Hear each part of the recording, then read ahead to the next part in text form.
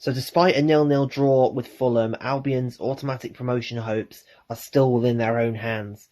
2 games left, but the gap between second and third place Brentford is now down to 1 point. As we go into the penultimate game of the season and our last away game, a win is absolutely critical.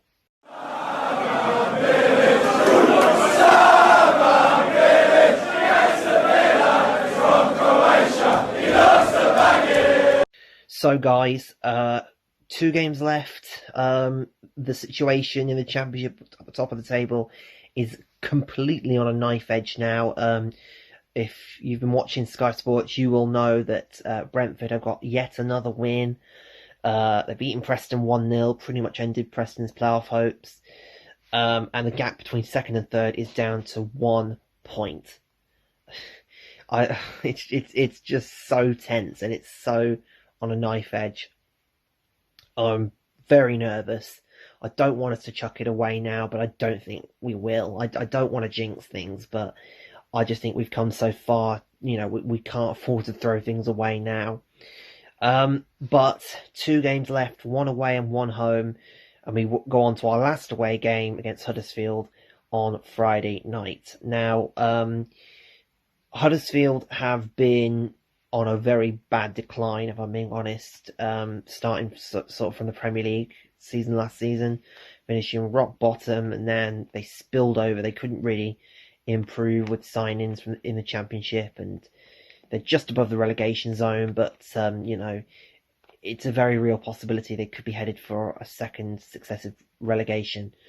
But Danny Cowley has come in, and he's not he hasn't changed things a great deal, if I'm being honest. He has sort of got them out of the relegation zone, but not much else, not pressed them more forward or upwards in the Championship.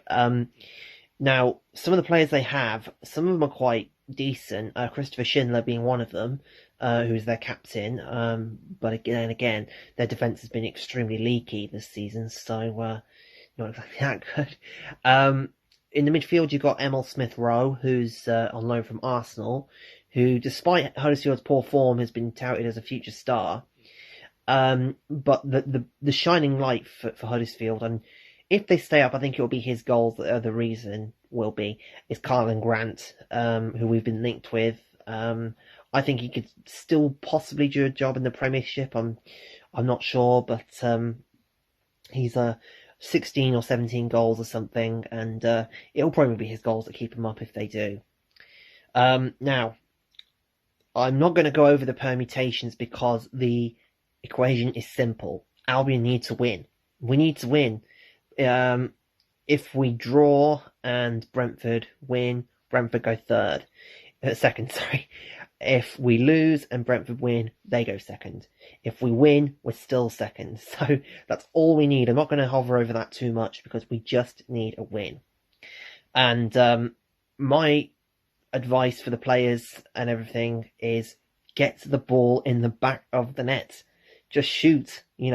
This has got to be an all-out attack game. We've got to press Huddersfield as much as they can. We've got to, be dominant in possession. We've got to create a lot of chances because we cannot afford this game to throw things away. A draw is not good enough, so we just need to throw everything at Huddersfield. Now, obviously the criticism has come in for players like Charlie Austin and Hal Robson-Kanu, who haven't put the ball in the back of the net, not scored enough goals, and it's clear that our strike force isn't performing as well as they should be. But there are some positive points. Our defence has been superb. Dara O'Shea, Semi Ajayi, Hagazi, Townsend, they've all done very, very well. But again, it's just that final little bit up front. Now, obviously, you don't have a better assister than Mateus Pereira, but when you don't have that end product, it's a little bit, dodgy. But we just need to absolutely go for any shot. If it's in the box and you see a clear shot, go for it. If you're 25 yards out and you see a little postage stamp of a shot, go for it. It's just clear that we need to win. There's no two ways about it. We can't afford to draw.